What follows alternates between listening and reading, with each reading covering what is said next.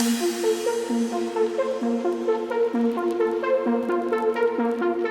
everyone, welcome to Charge Overland. In today's video, I'm going to walk you through all my camping gear, everything that I'm using for overlanding and car camping. Now, there's a lot you can do in terms of overlanding and all the gear. Today's video is really going to be about the basics, and you can build off of this and take it as far as you want to. The fun thing about overlanding is you take time to build out your setup, figure out what works for you, and really fine tune it after each trip. Okay, let's get started. Let's start off with essential gear. These are items I'd recommend you take with you whether you're doing a single day trip out on a trail or a multi-day trip camping and overlanding. So I've got a bunch of miscellaneous things in this bag here. I'll go through that in just a moment. And then in this bag, I've got a kinetic tow rope as well as a couple soft shackles. Now these are used to hook up the rope to tow hooks on your vehicle. I'd recommend doing a little research on that before you go out and use them, and maybe in a future video I will walk you through that. Also, the Rivian has tow hooks in the front, but it doesn't have tow hooks in the rear. So I picked up this Factor 55 hitch link. This hooks up to the hitch in the rear of the vehicle, and that'll allow me, if I need to tow the Rivian from the rear, to hook up to this opening here. Then another basic item is a set of jumper cables. Obviously the Rivian's an electric vehicle, so I won't be needing these, but good to have, obviously, if you're not driving an electric vehicle. You never know when you might need a jump or even to give someone else a jump, so just a good thing to carry with you. So next, I've got a basic air compressor here. When you go off-roading, it's pretty common to air down your tires, and when you get done with that, you obviously want to be able to air your tires back up. Now, I use this for my Wrangler. The Rivian's got a built-in air compressor, which is really nice, so I probably won't have to carry this with me anymore, but this is definitely a good thing to have with you. Now I've got these little adapters as well. These screw onto your valve stems, and they basically let you just take air out of your tires. Pretty simple tool, but makes things more convenient when you're airing down. Another pretty basic one, but something you should always have with you is some extra water. So I've got this Rotopax water container that I always have water in, and I always have this with me just in case I need water. Another one that's important to have is obviously a fire extinguisher. I've also got this foldable saw here. This is convenient if there's a downed tree in your way on the trail, or even if there's downed trees or dead trees that you want to collect firewood from. It's just nice to have a saw with you. And then I've got a small basic shovel here. Nothing fancy, but this works really well. I use it a lot, even just to dig a fire pit. And this can also help with recovery sometimes if you get stuck. All right, I've got all these smaller items out. Let's go through everything I've got in there. So I'm using this REI fabric storage bag. It's a pack away 25-liter adjustable bag. And it's really convenient. It's got Velcro strips on the inside and these dividers that you can kind of position based on what kind of gear you have inside of it. So this thing works really well, and I actually use it for a bunch of other gear. Okay, so these first couple items, if you forget everything else in this video, don't forget these few things. The first one is a Garmin InReach Mini. This is a satellite emergency phone, so if something goes wrong and you don't have service, you can call for help. I bring this with me whether I'm doing a hike, camping, overlanding. Pretty much anytime I'm outdoors, I have this thing with me. It's just a great peace of mind to have, and something I'd highly recommend. There's a bunch of different brands and versions you can get, but this is the Garmin InReach Mini that I've got here. Next up is a first aid kit. This is a pretty simple one, don't need to talk much about it, but just make sure you have a first aid kit with you anytime you're out. Then I've got a headlight here. This is good, obviously, if it's dark, you don't have any lights. If you need to see what you're doing, just an important thing to have. Basic Swiss Army knife, and then duct tape. This can come in handy for a lot of different things, so I always have this with me. And then moving on, trash bags. Again, this is kind of a simple one, but I'm always amazed at how much trash there is when I'm out on trails and camping. And I do my best to pick up anything I see and also pack out any trash that I bring with me. So I definitely recommend bringing trash bags with you if you're out in the wilderness. You don't want to be one of those people that is leaving a bunch of garbage out there. And then in here, I've got a basic space blanket, some rope, some paracord here. I've got a compass here, just a good sharp knife, and then a flashlight. Now the Rivian has a pretty cool built-in flashlight in the driver door, so this is a little redundant for me, but something you should carry with you. In terms of keeping warm, Always have some extra hand warmers. And then for fire starting, I've got a flint and striker. This is obviously the most basic way to start a fire, but it's really good to have if you forget a lighter, you don't have any matches, or if you're in wet conditions, you can start a fire with a flint and striker. I've got some fire starters and then just a basic lighter here as well. And then up here, a water filter. This will take pretty much any water and turn it into drinking water. Just a really good thing to have if you're out in the wilderness. Definitely more of a backpacking thing, but I always carry this with me anyways. Now, another pretty simple one that I didn't start using until recently. Got to shout out my buddy Jason for this one, earplugs. So I've been on quite a few trips where the wind is howling, it's really loud at night, your tent's flapping, and it's hard to sleep. A basic set of earplugs can make all the difference between a good night's sleep and not getting any rest at all. Always carry some extra batteries. This bag, I've just got basic medicine, Tylenol, sinus medicine, that kind of stuff, some hydration packs, and bug spray. And then I always carry at least one of these dehydrated meals with me. Just good to have some extra backup food in case you run out. And then the last thing is a poncho. Now you may be looking at all this and thinking, wow, that's a lot. I don't know if I would use a lot of those things. Well, the point of packing all this stuff is to be prepared in case something goes wrong. There's quite a few things here that I've never touched and I hope I never have to, but I like to stay prepared, and it's always good if you're out in the wilderness to make sure you're ready in case of an emergency. So all those smaller items I just showed you, obviously I have in the REI soft bag, and then the rest of it I have stored in this Husky plastic bin. So there's one last item that I definitely recommend you have with you if you're going to be doing any sort of off-roading, and that is a good set of recovery boards. These are Max Tracks, and basically they're built for if you're stuck in mud, sand, or snow, they're going to help you gain traction and get unstuck. Now you can use these on their own or even in combination with tow straps or a winch, but they're definitely something that is really important to have. So there are quite a few different options for sleeping. The first one I'm showing you here is based off using a rooftop tent. Now there's not a lot of stuff you need to bring when you've got a rooftop tent, which is one of the things that makes it really convenient. I've got this REI down camp blanket. This was a little bit expensive, but honestly it works really well, keeps you warm when it's really chilly out at night. Sometimes we'll stack this Kelty blanket on top of it if it's really cold, but generally bring these two blankets here. And then for pillows, there's a lot of options for small inflatable pillows, collapsible pillows. Generally, I've found though that they're not very comfortable. So I normally just bring a regular pillow with a pillowcase and a sheet to put down. So this setup I pack into another one of those Husky plastic boxes. So you most definitely do not need to have a rooftop tent to go overlanding or even camping. Another option is to have a traditional tent setup. What I've got here is my backpacking gear, but it's good reference just for the basic items you should have. I use the Marmo Limelight 2-person tent. I've got a Sea to Summit sleeping pad. Now, if you're gonna have a sleeping bag or you're sleeping in the car, it's really important to have some sort of sleeping pad. Get yourself a decent sleeping pad, or even an air mattress works really well. I talked a little bit about these pillows, but if I'm tight on space or backpacking, having a nice compact inflatable pillow isn't a bad thing.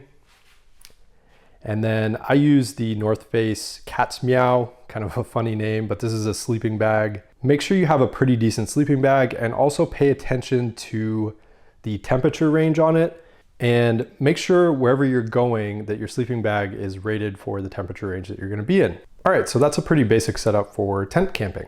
So there's one other item if you're going to be using a rooftop tent or car camping that I think will make things a little bit easier. If you've done that before, you know you have to level out your vehicle, otherwise you're going to be sliding around at night in the bed if it's not level. These leveling blocks you can put under your tires. They're stackable and modular, and this will allow you to level out your vehicle.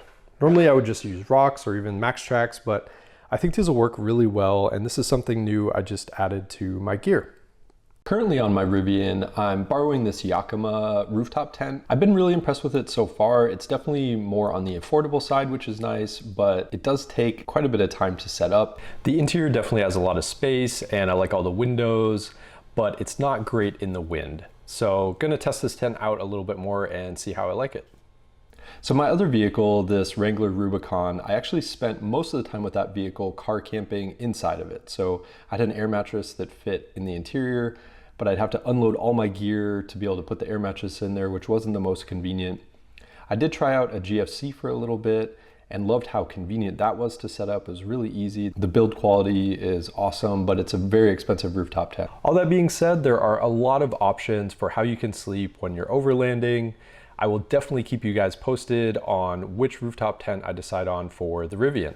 All right, let's get into cooking and kitchen gear.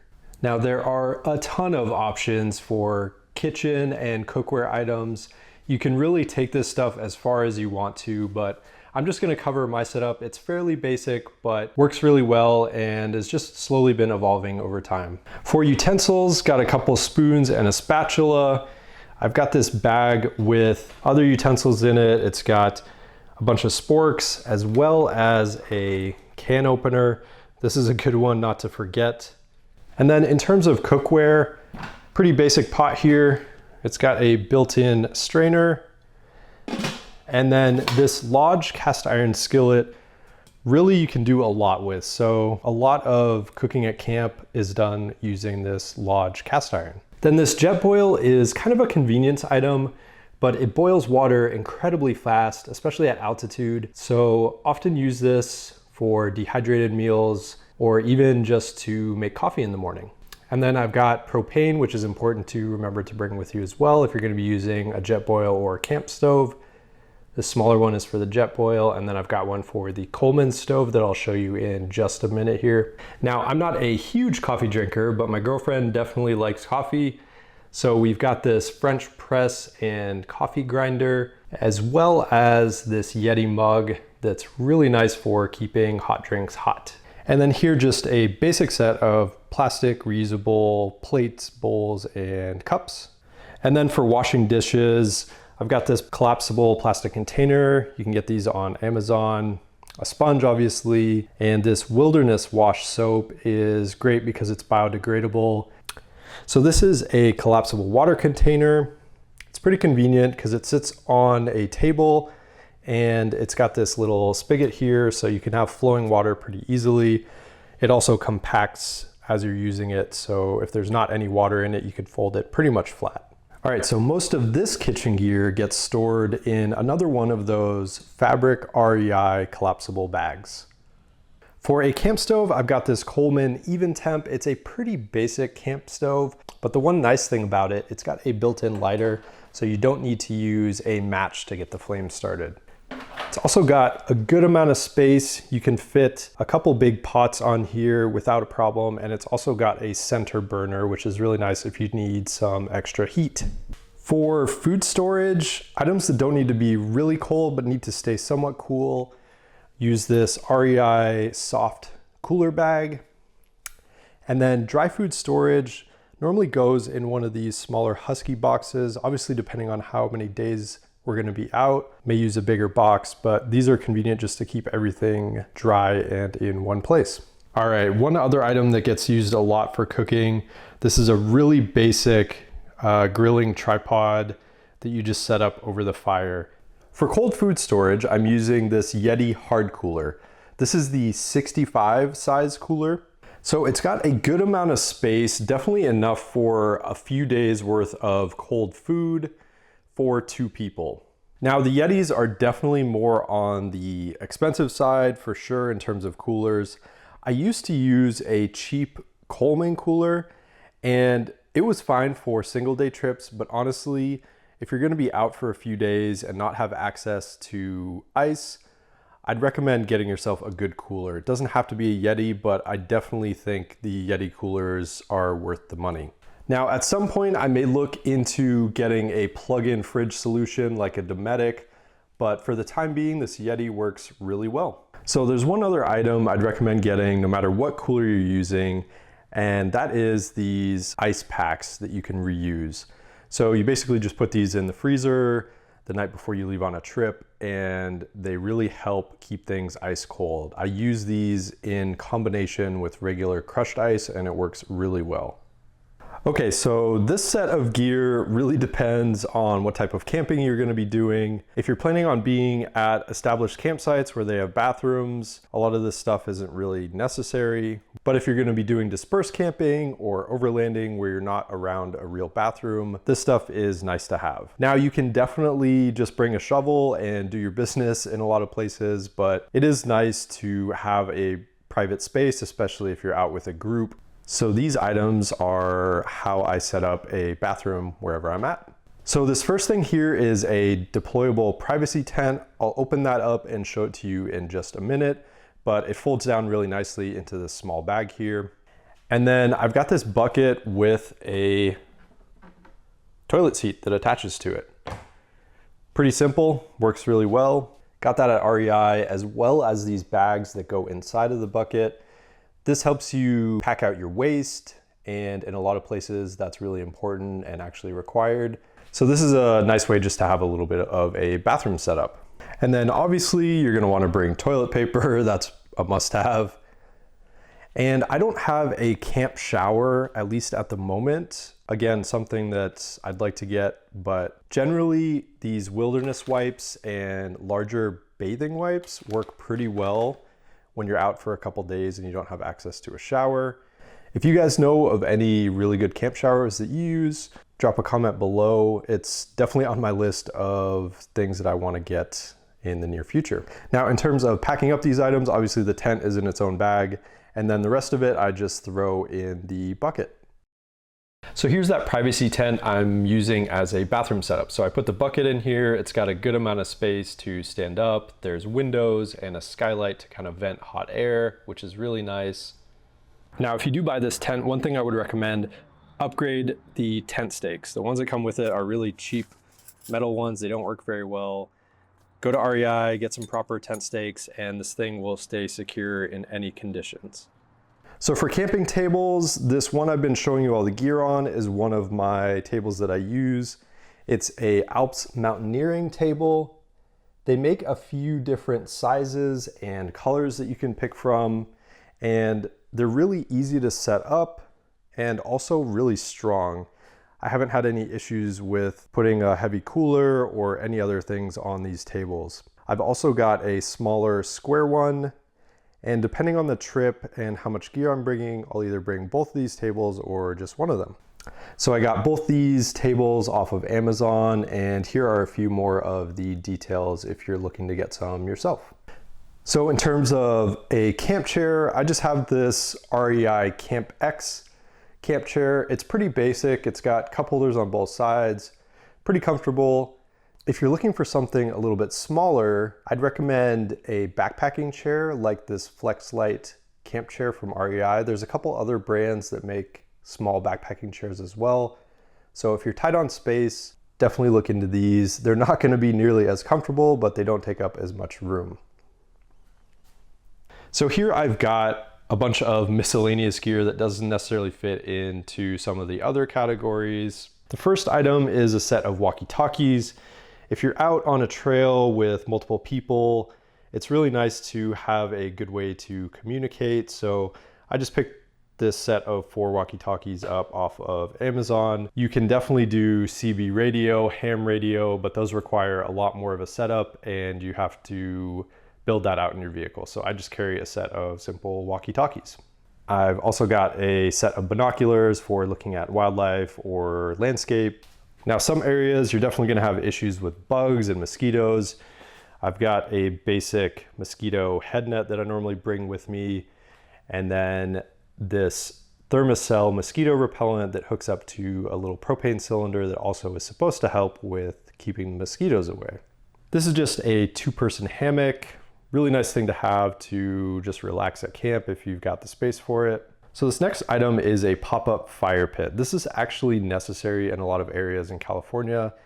They don't want people building fire pits randomly throughout the wilderness. It kind of disturbs the landscape, and it's just nice to have a setup that easily cleans up and packs out. So this is just a pretty simple pop-up fire pit. So normally when I'm out on a camping or overlanding trip, I like to get out and hike and explore the scenery. I normally bring this REI Flash hiking bag.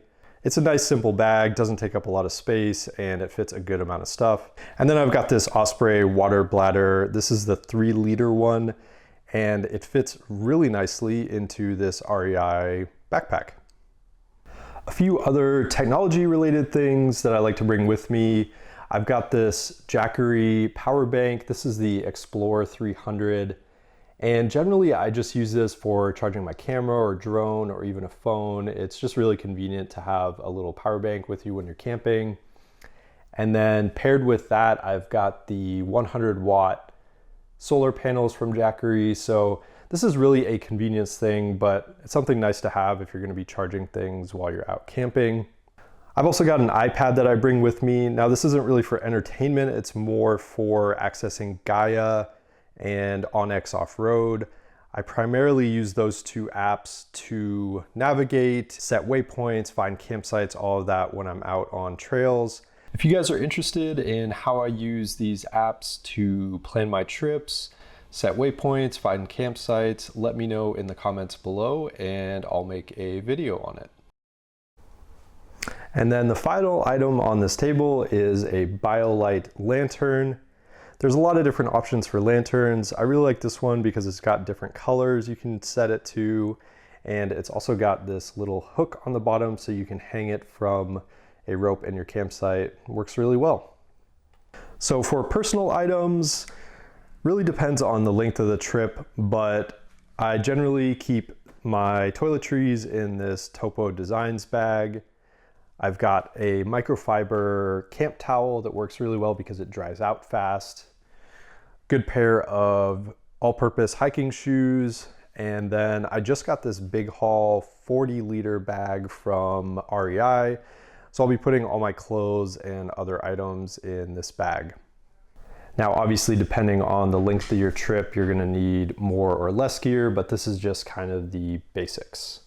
So that gear packs up nicely into this duffel bag. And one thing I really like about this bag specifically, it's got built-in backpack straps. So if you need to use it as a backpack, you can do that. All right, thanks for watching, everyone. Stay tuned for the next video. I'll be taking the Rivian up to Big Bear, California to do my first overnight trip with this truck. And I'll walk you through how I'm organizing all this gear inside of the Rivian.